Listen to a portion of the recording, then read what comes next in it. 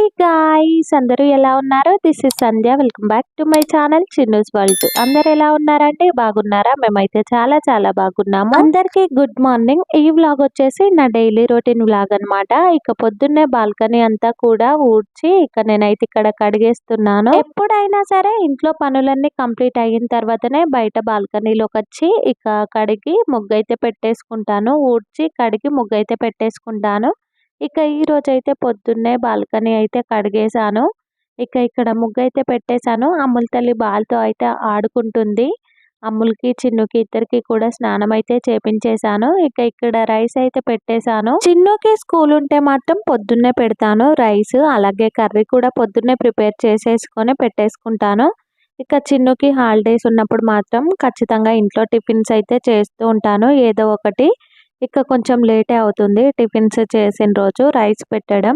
ఇక ఈ రోజు వచ్చేసి నేను బీరకాయ కర్రీ అయితే వండుతున్నాను. బీరకాయ రొయ్యలు వండుదామని చెప్పేసి అనుకున్నాను, కానీ ఇక బీరకాయ పప్పు అయితే వండుతున్నాను. ఇక్కడ బీరకాయ రొయ్యలు వండుదాము అని చెప్పేసి అనుకున్నాను, కానీ ఇక సరిపోతుందో సరిపోదో అని చెప్పేసి మళ్ళీ బీరకాయను పెసరపప్పు అయితే వండుతున్నాను. ఇక్కడ నాకు బీరకాయ రొయ్యలు కాంబినేషన్ కర్రీ అంటే చాలా ఇష్టం.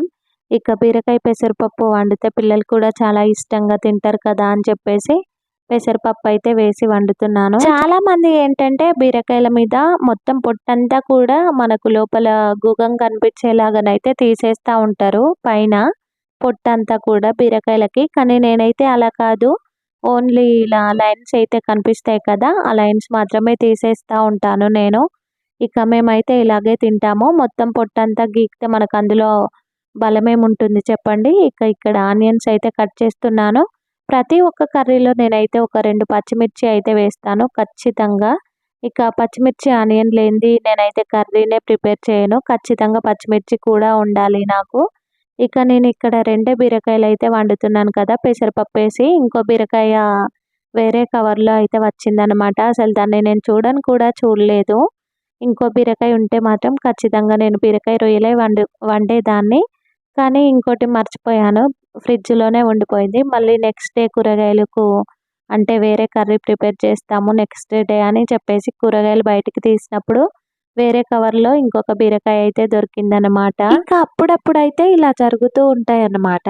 కొన్ని కూరగాయలు అప్పుడప్పుడు ఫ్రిడ్జ్లో పెట్టి నేను మర్చిపోతూ ఉంటాను. అలా అవుతుంది ఒక్కొక్కసారి. ఇక చిన్నుని స్కూల్లో అయితే డ్రాప్ చేసి రావాలి కదా, అందుకని చెప్పేసి ఇక్కడ తొందరగా కర్రీ అయితే ప్రిపేర్ చేస్తున్నాను. చిక్కుడుకాయ, కోడి చిక్కుడుకాయ, అలసందకాయ ఇలాంటివి అయితేనేమో నైట్ కట్ చేసి పెట్టుకుంటే పొద్దున ఈజీగా ప్రిపేర్ చేసుకోవచ్చు కర్రీ. టైం కూడా సేవ్ అవుతుంది, ఎక్కువ టైం కూడా పట్టదు. ఇక ఇలాంటివి బీరకాయలు, టమాటాలు అయితే పొద్దున్నే కట్ చేసుకొని అప్పటికప్పుడు కర్రీ ప్రిపేర్ చేసేసుకోవడమే. కర్రీ ప్రిపేర్ చేయడం కంప్లీట్ అయిపోయిన తర్వాత పిల్లలిద్దరిని కూడా ఫ్రెష్ అప్ అయితే చేపించేశాను. ముందే ఫ్రెష్ అప్ చేయించాను. ఇక ఎప్పుడైనా సరే ఇంట్లో పనులన్నీ కూడా కంప్లీట్ అయిన తర్వాతనే ఫ్రెష్ అప్ అయితే చేపిస్తూ ఉంటాను పిల్లలిద్దరిని కూడా. ఇక ఈ రోజు అయితే ముందే ఫ్రెష్ అప్ చేయించాను, స్కూల్కి లేట్ అవుతుంది అని చెప్పేసి ముందే చేపించేశాను. ఇక కర్రీ అవడంతోనే చిన్నుకి కొంచెం లైట్గా అన్నం అయితే తినిపించేసి స్కూల్లో అయితే డ్రాప్ చేసి వచ్చేసాను. ప్రతిరోజు ఏదో ఒకటి పెడుతూనే ఉంటాను స్నాక్స్. ఇక మా ఆయన బనానా అయితే తీసుకొచ్చారు ఇవాళ. చాలా రోజులైంది బనానా తీసుకురాక. ఎందుకంటే పిల్లలకి ఊకే బనానా పెట్టడం కూడా అంత కరెక్ట్ కాదు. ఎక్కువగా పిల్లలకి బనానా అయితే అస్సలు పడదు. ఎక్కువగా పిల్లలకి బనానా పెట్టడం వల్ల కూడా నంజు ఎక్కువ వచ్చేస్తుంది అని చెప్పేసి అంటూ ఉంటారు. ఇక డాక్టర్ వాళ్ళు అయితే పరిగడుపున తినిపిస్తే ఏం కాదు బనానా అని చెప్పేసి చెప్తూ ఉంటారు.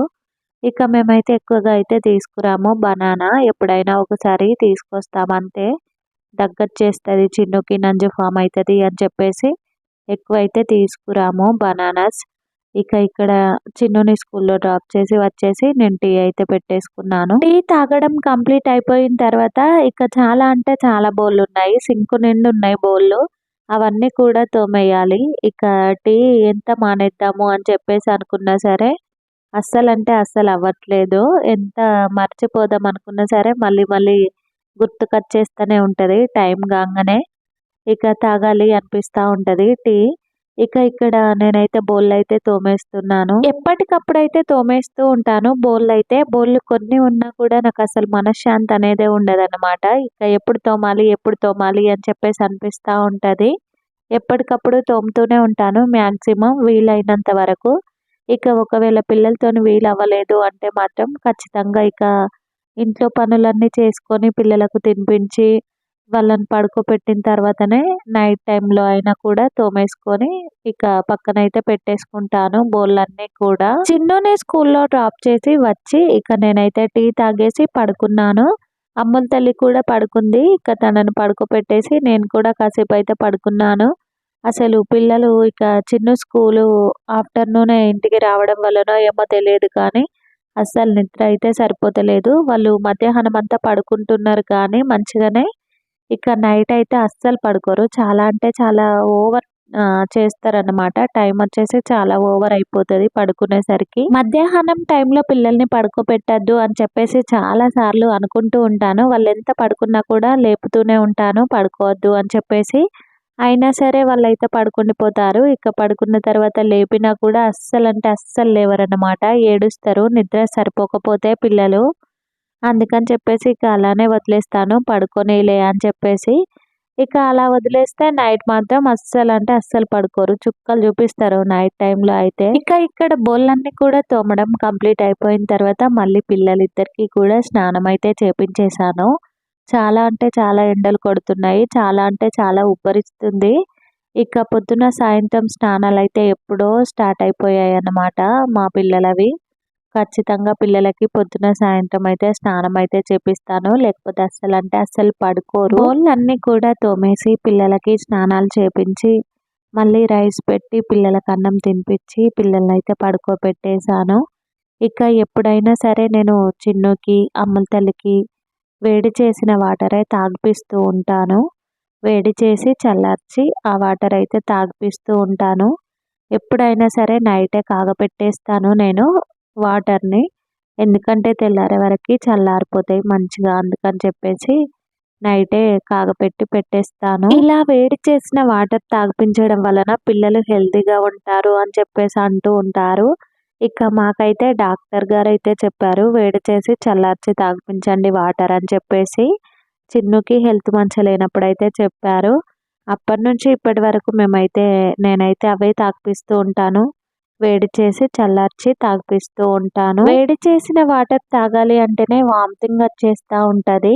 ఇక చిన్ను కడుపులో ఉన్నప్పుడు బేబీ మూమెంట్స్ ఎక్కువ తెలియాలి అని చెప్పేసి డాక్టర్ గారైతే వేడి చేసిన వాటర్ తాగాలి అని చెప్పేసి చెప్తూ ఉండేవారు.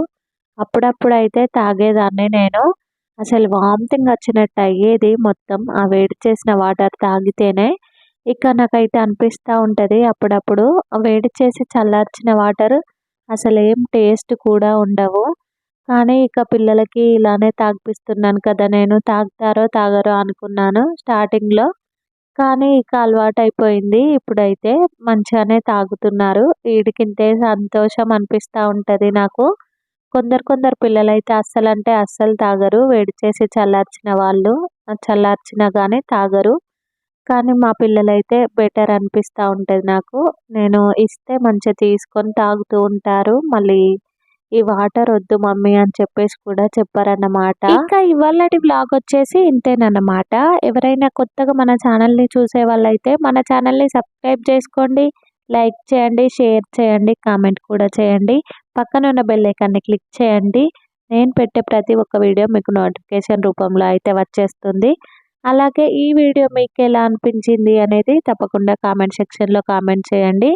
ఈ వ్లాగ్ మీకు గనుక నచ్చినట్టయితే లైక్, షేర్ అండ్ సబ్స్క్రైబ్. మరిన్ని మంచి వీడియోలతో మళ్ళీ మీ ముందుకొస్తాను. సైనింగ్ ఆఫ్ మీ సంధ్య. Bye bye. సబ్స్క్రైబ్ చేసుకోండి. Bye bye.